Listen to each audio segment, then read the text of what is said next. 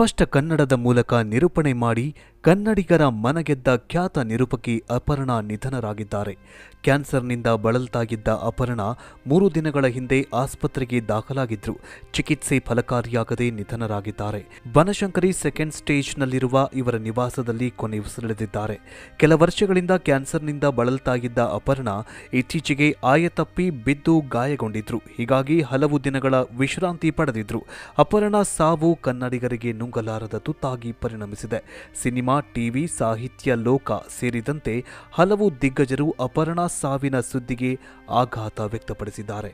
ನಟಿ ಅಪರ್ಣಾ ಅವರನ್ನ ನಟಿ ಎಂಬುದಕ್ಕಿಂತ ಹೆಚ್ಚಾಗಿ ಜನ ಗುರುತಿಸಿದ್ದು ಅಚ್ಚುಮೆಚ್ಚಿನ ಕನ್ನಡತಿ ನಿರೂಪಕಿಯಾಗಿ. ಬೆಂಗಳೂರು ಮೆಟ್ರೋದಲ್ಲಿ ಕಿವಿಗೆ ಬೀಳುವ ಅಚ್ಚ ಕನ್ನಡದ ಮುದ್ರಿತ ಧ್ವನಿ ಅಪರ್ಣಾ ಅವರದು ಎಂಬುದು ಬಹಳಷ್ಟು ಮಂದಿಗೆ ಗೊತ್ತಿಲ್ಲ. ಮೆಟ್ರೋ ಮಾತ್ರವಲ್ಲದೆ ಟಿವಿ ಕಾರ್ಯಕ್ರಮದಲ್ಲಿ ನಿರೂಪಣೆ, ಸರ್ಕಾರಿ ಕಾರ್ಯಕ್ರಮ, ಖಾಸಗಿ ಕಾರ್ಯಕ್ರಮಗಳ ನಿರೂಪಣೆ, ಆಕಾಶವಾಣಿಯಲ್ಲಿ ಹಲವು ಕಾರ್ಯಕ್ರಮ, ಚಂದನ ವಾಹಿನಿಯಲ್ಲಿ ನಿರೂಪಣೆ, ಹಿನ್ನೆಲೆ ಧ್ವನಿ ಸೇರಿದಂತೆ ಹಲವು ರೀತಿಯಲ್ಲಿ ಅಪರ್ಣಾ ಕನ್ನಡಿಗರ ಮನೆ ಮಾತಾಗಿದ್ರು. ಮೂಲತಃ ಚಿಕ್ಕಮಗಳೂರಿನ ಪಂಚನಹಳ್ಳಿಯವರಾಗಿರುವ ಅಪರ್ಣಾ ರಾಜ್ಯಕ್ಕೆ ಚಿರಪರಿಚಿತರಾಗಿದ್ರು. ಇವರ ನಿರೂಪಣೆ ಶೈಲಿಯೇ ಎಲ್ಲರಿಗೂ ಇಷ್ಟವಾಗ್ತಾಗಿತ್ತು. ಕನ್ನಡ ಚಿತ್ರರಂಗದ ಕಾರ್ಯಕ್ರಮಗಳಾಗಿರಲಿ ಅಥವಾ ರಾಜಕೀಯ ಕಾರ್ಯಕ್ರಮಗಳೇ ಆಗಿರಲಿ, ಅಲ್ಲಿ ನಿರೂಪಣೆಗಾಗಿ ಅಪರ್ಣಾ ಅವರು ಇರ್ತಾಗಿದ್ರು. ನಿರೂಪಕಿಯಾಗಿ ಸಿಕ್ಕಾಪಟ್ಟೆ ಹೆಸರು ಮಾಡಿದ್ದ ಅಪರ್ಣಾ ಒಂದೇ ಒಂದು ಇಂಗ್ಲಿಷ್ ಪದವನ್ನ ಬಳಸದೆ ಕನ್ನಡದಲ್ಲಿಯೇ ಯಾವುದೇ ಕಾರ್ಯಕ್ರಮವನ್ನ ಲೀಲಾಜಾಲವಾಗಿ ನಡೆಸಿಕೊಡ್ತಾಗಿದ್ರು. 90ರ ದಶಕದಲ್ಲಿ ಚಂದನ ವಾಹಿನಿಯಲ್ಲಿ ಮೂಡಿಬಂದ ಹಲವು ಕಾರ್ಯಕ್ರಮಗಳನ್ನು ನಿರೂಪಿಸಿದ್ರು. ನಂತರ ಭಾರತ ಸರ್ಕಾರದ ವಿವಿಧ ಭಾರತೀಯ ರೇಡಿಯೋ ಜಾಕಿಯಾಗಿ ಕಾರ್ಯನಿರ್ವಹಿಸಿದ್ರು. ಇದಕ್ಕಿಂತ ಹೆಚ್ಚು ಜನಪ್ರಿಯತೆಯನ್ನ ತಂದುಕೊಟ್ಟಿದ್ದು ಮಜಾ ಟಾಕೀಸ್ ಶೋ. ಇದರಲ್ಲಿ ಒನ್ ಅಂಡ್ ಒನ್ಲಿ ವರಲಕ್ಷ್ಮಿಯಾಗಿ ಅಪರ್ಣಾ ಕಿರುತೆರೆ ವೀಕ್ಷಕರನ್ನ ಮನರಂಜಿಸಿದ್ರು.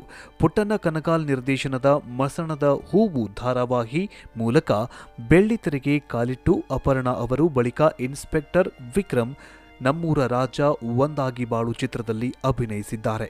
ಕಿರುತೆರೆಯಲ್ಲಿ ಮೂಡಲಮನೆ, ಮುಕ್ತ ಧಾರಾವಾಹಿಗಳ ಮೂಲಕ ವೀಕ್ಷಕರಿಗೆ ಇನ್ನಷ್ಟು ಹತ್ತಿರವಾಗಿದ್ರು. 1989ರಲ್ಲಿ ನಿರೂಪಕಿಯಾಗಿ ಟೆಲಿವಿಷನ್ ಸೇರಿದಂತೆ ಅಪರ್ಣಾಗೆ ಆ ಸಮಯದಲ್ಲಿ ಮಧ್ಯಮ ಕ್ಷೇತ್ರ ಹೊಸತು. ನನಗೆ ಇವತ್ತಿಗೂ ಹೆಮ್ಮೆ ಏನಂದ್ರೆ ಕರ್ನಾಟಕದಲ್ಲಿ ದೂರದರ್ಶನ ಆರಂಭವಾದಾಗಿನಿಂದಲೂ ಇವತ್ತಿನವರೆಗೂ ದೂರದರ್ಶನ ಜೊತೆಗಿನ ನಂಟು ಬಿಗಿಯಾಗಿದೆ. ಹಾಗಾಗಿ ಟೆಲಿವಿಷನ್ ಅಂದ್ರೆ ನನಗೆ ತುಂಬಾ ಅಭಿಮಾನ ಇದೆ ಅಂತ ಹೇಳಿದ್ರು. ಒಬ್ಬ ಕಲಾವಿದೆಯಾಗಿ ಎಲ್ಲವೂ ಇಷ್ಟ, ಯಾವುದು ಮೇಲು ಕೀಳು ಎಂಬ ಪ್ರಶ್ನೆಯೇ ಬರೋದಿಲ್ಲ. ಪ್ರೀತಿ ಹಾಗೂ ಶ್ರದ್ಧೆಯಿಂದ ಮಾಡುವ ಪ್ರತಿಯೊಂದು ಕೆಲಸವೂ ಉತ್ತಮ ಪ್ರತಿಫಲ ಕೊಡುತ್ತದೆ. ಹಾಗಾಗಿನೇ ನನಗೆ ಬರೆಯುವುದು, ಹಾಡು ಕೇಳುವುದು, ಓದುವುದು, ನಿರೂಪಣೆ, ನಟನೆ ಜೊತೆಗೆ ಮನೆ ಕೆಲಸ ಮಾಡೋದು ಕೂಡ ಮನಸ್ಸಿಗೆ ಸಂತೋಷ ಕೊಡುತ್ತೆ ಅಂತ ಹೇಳಿದ್ರು. ನಮ್ಮ ಭಾಷೆಯನ್ನ ಗೌರವಿಸಿ ಪ್ರೀತಿಸಿದಾಗ ಭಾಷೆಯು ನಮ್ಮದು ಅಂತ ಭಾಸವಾಗತ್ತೆ. ಭಾಷೆಯನ್ನ ಸ್ಪಷ್ಟವಾಗಿ ಮಾತನಾಡುತ್ತಾ, ಕೇಳುತ್ತಾ, ಓದುತ್ತಾ ಇದಷ್ಟು ಸಹಜವಾಗಿ ಭಾಷೆಯಲ್ಲಿ ಹಿಡಿತ ಬರುತ್ತೆ. ಪದಗಳಿಗಾಗಿ ತಡುಕಾಡುವ ಪ್ರಮೇಯ ಬರುವುದಿಲ್ಲ. ನಾವು ಯಾವ ಕೆಲಸ ಮಾಡಿದ್ರೂ ನಿಷ್ಠೆಯಿಂದ ಮಾಡುವ ಪ್ರತಿಯೊಂದು ಕೆಲಸವೂ ನಮಗೆ ಯಶಸ್ಸು ತಂದುಕೊಡುತ್ತೆ ಅಂತ ಹೇಳ್ತಾ ಇದ್ರು. ಮೊದಲು ನಾನು ಬೆಂಗಳೂರಿನಲ್ಲಿ ದೂರದರ್ಶನಕ್ಕೆ ಪಾದಾರ್ಪಣೆ ಮಾಡಿದ್ದೆ.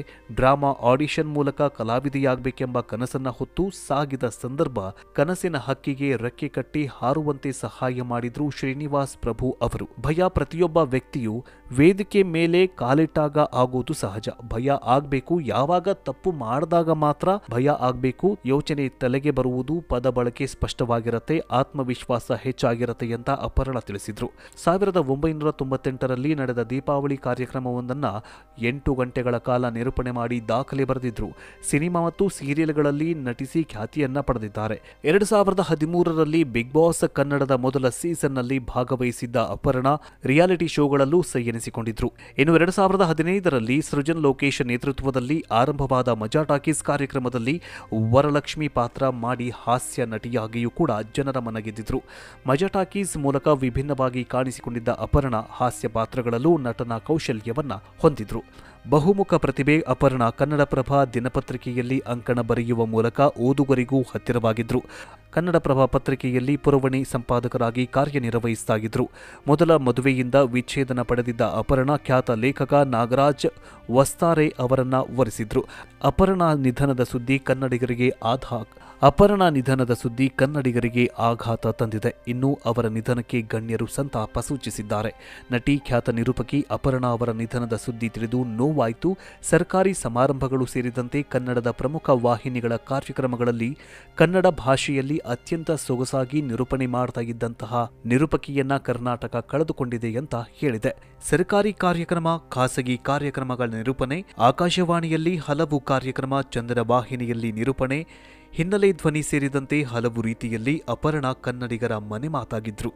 ಕನ್ನಡದ ಖ್ಯಾತ ನಿರೂಪಕಿ ಅಪರ್ಣಾ ಅವರ ನಿಧನದ ಸುದ್ದಿ ಕೇಳಿ ಮನಸ್ಸಿಗೆ ತುಂಬಾ ನೋವಾಗಿದೆ ಅಂತ, ಅವರ ಆತ್ಮಕ್ಕೆ ಶಾಂತಿ ಸಿಗಲಿ ಅಂತ ಮಾಜಿ ಮುಖ್ಯಮಂತ್ರಿ ಬಸವರಾಜ ಬೊಮ್ಮಾಯಿ ಸಂತಾಪ ಸೂಚಿಸಿದ್ದಾರೆ. ಕನ್ನಡದ ಕಂಚಿನ ದನಿಯೊಂದು ನಿರಂತರ ಮೌನಕ್ಕೆ ಜಾರಿತು. ಅಪರ್ಣಾ ಇನ್ನಿಲ್ಲ ಎಂದು ಟಿಎನ್ ಸೀತಾರಾಮ್ ಸಂತಾಪ ಸೂಚಿಸಿದ್ದಾರೆ. ಅಪರ್ಣಾ ಸಾವು ಕನ್ನಡಿಗರಿಗೆ ನುಂಗಲಾರದ ತುತ್ತಾಗಿ ಪರಿಣಮಿಸಿದೆ. ಸಿನಿಮಾ, ಟಿವಿ, ಸಾಹಿತ್ಯ ಲೋಕ ಸೇರಿದಂತೆ ಹಲವು ದಿಗ್ಗಜರು ಅಪರ್ಣಾ ಸಾವಿನ ಸುದ್ದಿಗೆ ಆಘಾತ ವ್ಯಕ್ತಪಡಿಸಿದ್ದಾರೆ. ನಟಿ ಅಪರ್ಣಾ ಅವರನ್ನ ನಟಿ ಎಂಬುದಕ್ಕಿಂತ ಹೆಚ್ಚಾಗಿ ಜನ ಗುರುತಿಸಿದ್ದು ಅಚ್ಚುಮೆಚ್ಚಿನ ಕನ್ನಡತಿ ನಿರೂಪಕಿಯಾಗಿ.